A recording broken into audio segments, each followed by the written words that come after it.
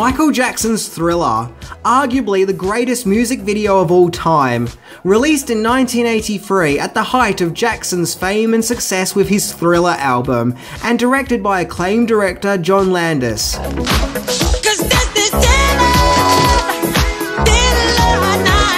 What with its 14-minute running time and movie-quality production, this ghoulish music video, which pays a funky tribute to the horror genre, pushed the boundaries of the quality of music videos and propelled Michael Jackson into superstardom.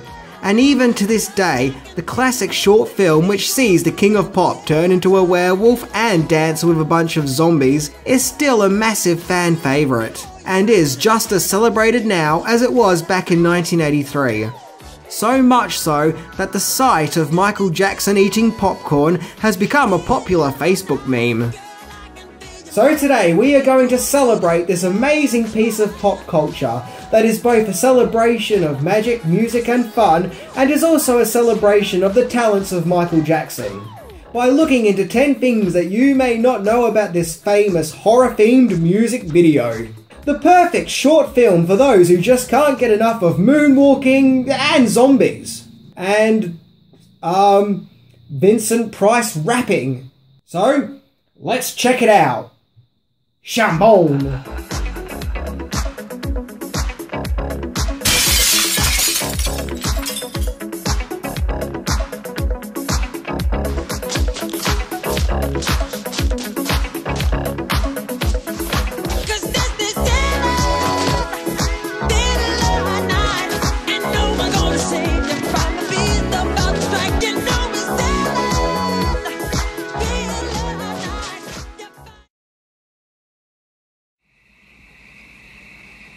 I have something I want to tell you.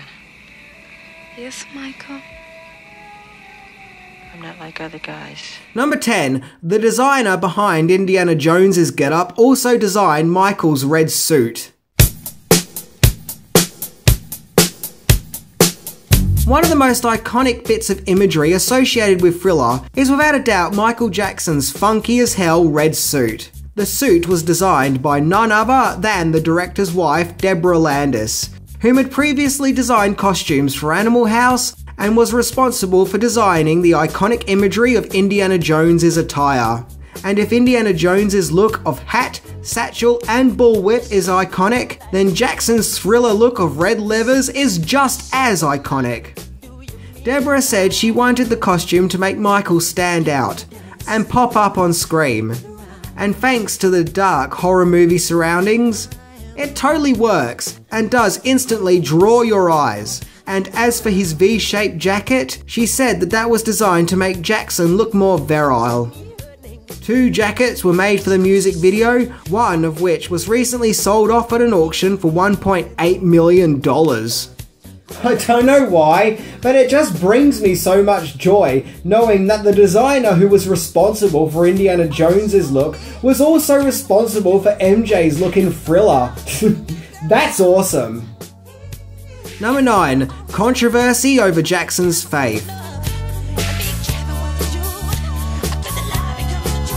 At the time Thriller went into production, Jackson was a devout Jehovah's Witness. However, many Jehovah's Witness organisations were not happy with Jackson and were threatening to cut ties with the singer on the account that he was making a short film which featured a werewolf. Get away! Which strongly goes against the singer's faith. So in retaliation to the negative backlash, and to show no hard feelings, Jackson put up the now famous disclaimer at the start of the short movie, expressing that he means no disrespect to his faith, and that he doesn't have ties with the occult. So at least he was going out of his way to keep the peace and keep his position in his faith of being a Jehovah's Witness in good stead.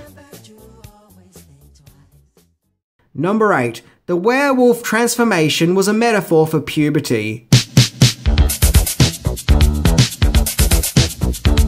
John Landis has explained that the werewolf transformation seen in Thriller is meant to be a metaphor for puberty, in that when you reach a certain age, you start to become hairy with all kinds of physical changes and manifestations. Landis has also explained this to be the case for his horror masterpiece, An American Werewolf in London, of which Jackson saw American Werewolf in London, and immediately he wanted Landis to direct his short pop movie. When I met Michael and I went to his house and we talked, I gradually became aware that he knew me from American Werewolf and knew nothing else. And thus Landis brought his themes of puberty with him. After all, we see Jackson on a date with a girl where all of a sudden he starts to change and become hairy and his voice breaks. For some reason, John Landis really seems to see a link between puberty and being a werewolf. Number 7. Fred Astaire was nearly in the video.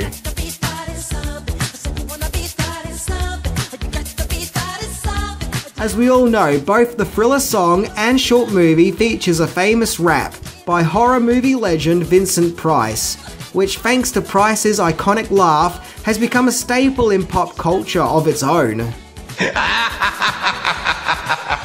However, Thriller nearly used the services of another veteran of the arts, dancer slash singer slash actor Fred Astaire. Astaire was 72 at the time and was a massive fan of Jackson's, on the account that he loved his dancing. And the two were actually friends. And at one stage it was suggested that Astaire could star in the Thriller music video, and he even attended some of the Thriller rehearsals. But sadly it didn't happen and it just wasn't meant to be. I'm curious just to know what part Astaire would have played in Thriller. I like to think that he would have been some homeless guy who gets approached by the zombies and, like Michael, becomes a zombie himself and then dances with them. I don't know why I can see that being the case, but hey, that's just how I roll. Number 6. The Thriller music video broke many records.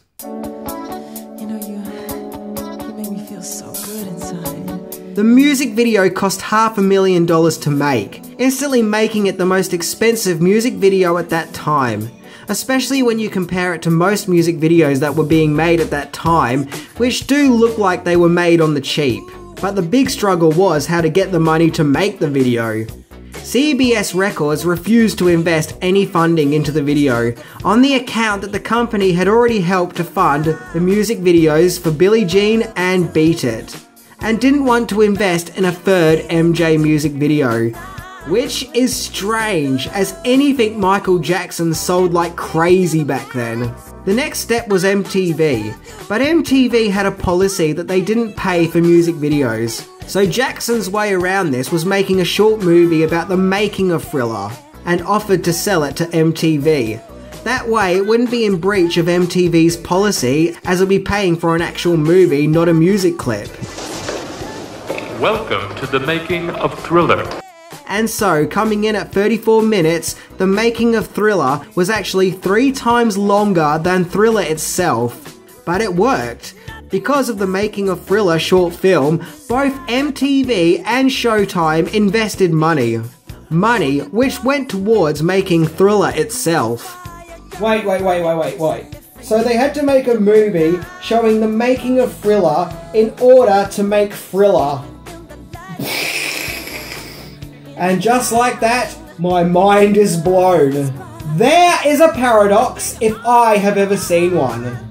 Many people know about the Making of Thriller documentary, and it was even released on VHS. But without this famous behind-the-scenes documentary, Thriller couldn't even exist. Another record that Thriller broke is that it was actually shown at movie theatres, as well as being shown on TV. And back then, the idea of a music video being shown in cinemas was unheard of. Can we get out of here? No, I'm enjoying this. Number 5. The zombie clothes were purchased from the Salvation Army.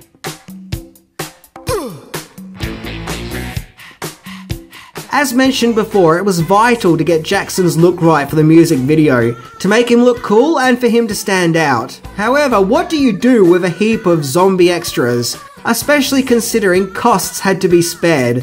Simple, the Salvation Army to the rescue. The production company acquired a heap of used clothes from the charity organisation so they could crumple them and ruin them and make them look like zombie attire.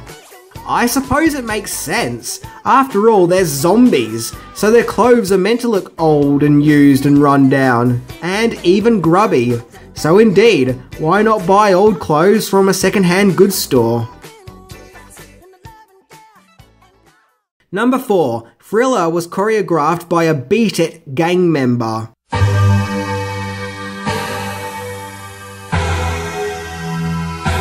Before Thriller went into production, Jackson brought out his Beat It music video, which showed the tough, gritty street life of gangs. And in the music video, we see two tough gang members go to duke it out with switchblade knives, until Michael comes along and saves the day with the power of dance. The mustachioed gang member with the sunglasses, whom is dressed in all white, was played by choreographer Michael Peters.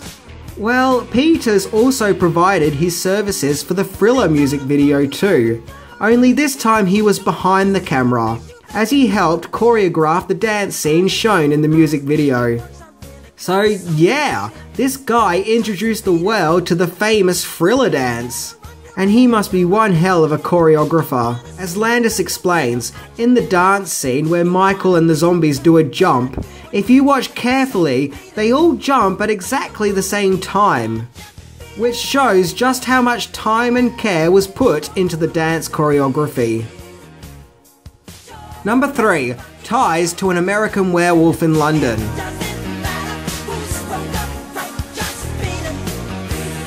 As mentioned, it was An American Werewolf in London that got Landis involved in working on Thriller, as when Jackson saw the epic horror comedy, a spark obviously went off in his head as he decided that that was the direction he wanted his music video for Thriller to go in.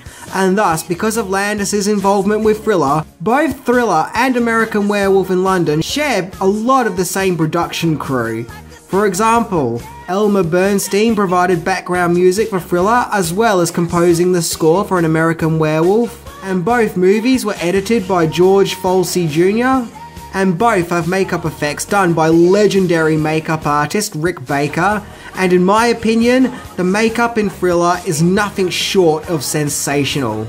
And Thriller even pays homage to See You Next Wednesday. Scrawled in blood. What's it say? See you next Wednesday. Which was a fictional porno seen in American Werewolf in London, and is something of a trademark sentence Landis uses in his movies. Both movies also rely heavy on moments of comedy and then juxtapose them with sudden, genuine moments of scares and terror. And I also can't help but feel like the wolf transformation scenes in both Thriller and American Werewolf in London look incredibly similar, with similar effects being used.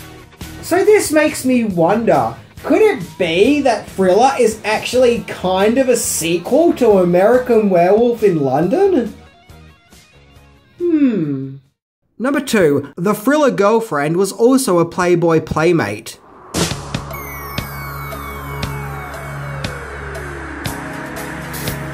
The role of Michael's unfortunate girlfriend, who both gets terrorised by a King of Pop werewolf and a zombified MJ along with an army of zombies, was originally offered to Jennifer Biel, whom at that time was making waves in the movie scene thanks to her major role in hit dance movie Flashdance. And had she starred in Thriller, that would have been pretty awesome, but she turned down the role, so instead the part went to Ola Ray, whom had just previously been a Playboy playmate.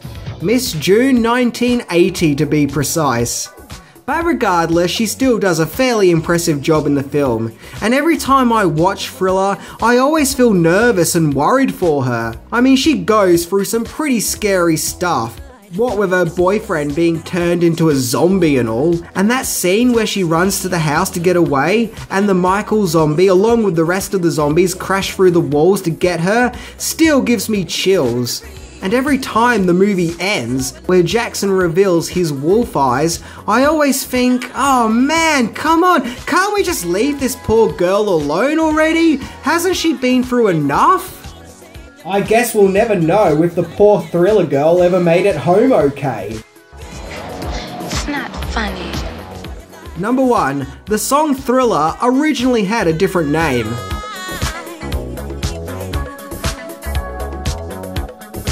It's hard to imagine the song Thriller being called anything but Thriller. But yeah, indeed, in the early days of the production of the Thriller album, the popular lead song was actually called Starlight.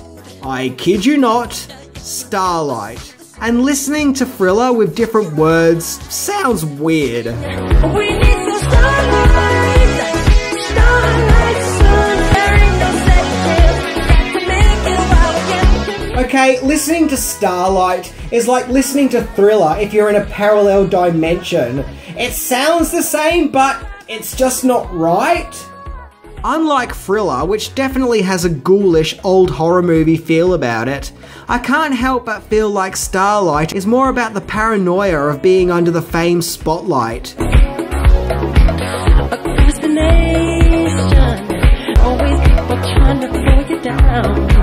Very much in the same vein as Billie Jean, which is about an obsessed stalker. But thankfully, Rod Temperton, who wrote the song, changed it to Thriller, and completely changed the song around to be more about trying to survive an encounter with evil ghouls.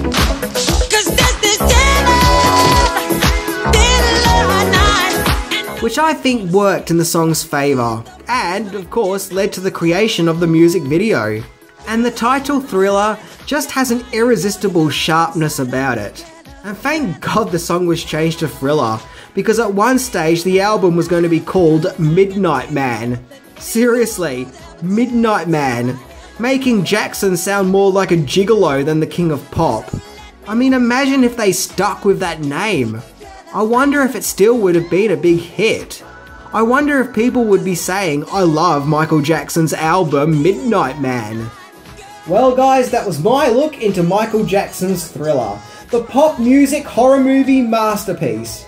And let's be honest, ever since Thriller, the realm of pop music and Halloween themes have just gone hand in hand. And Thriller did, without a doubt, change the world. Anyway, I'm Minty, and I'm not like other guys. See ya.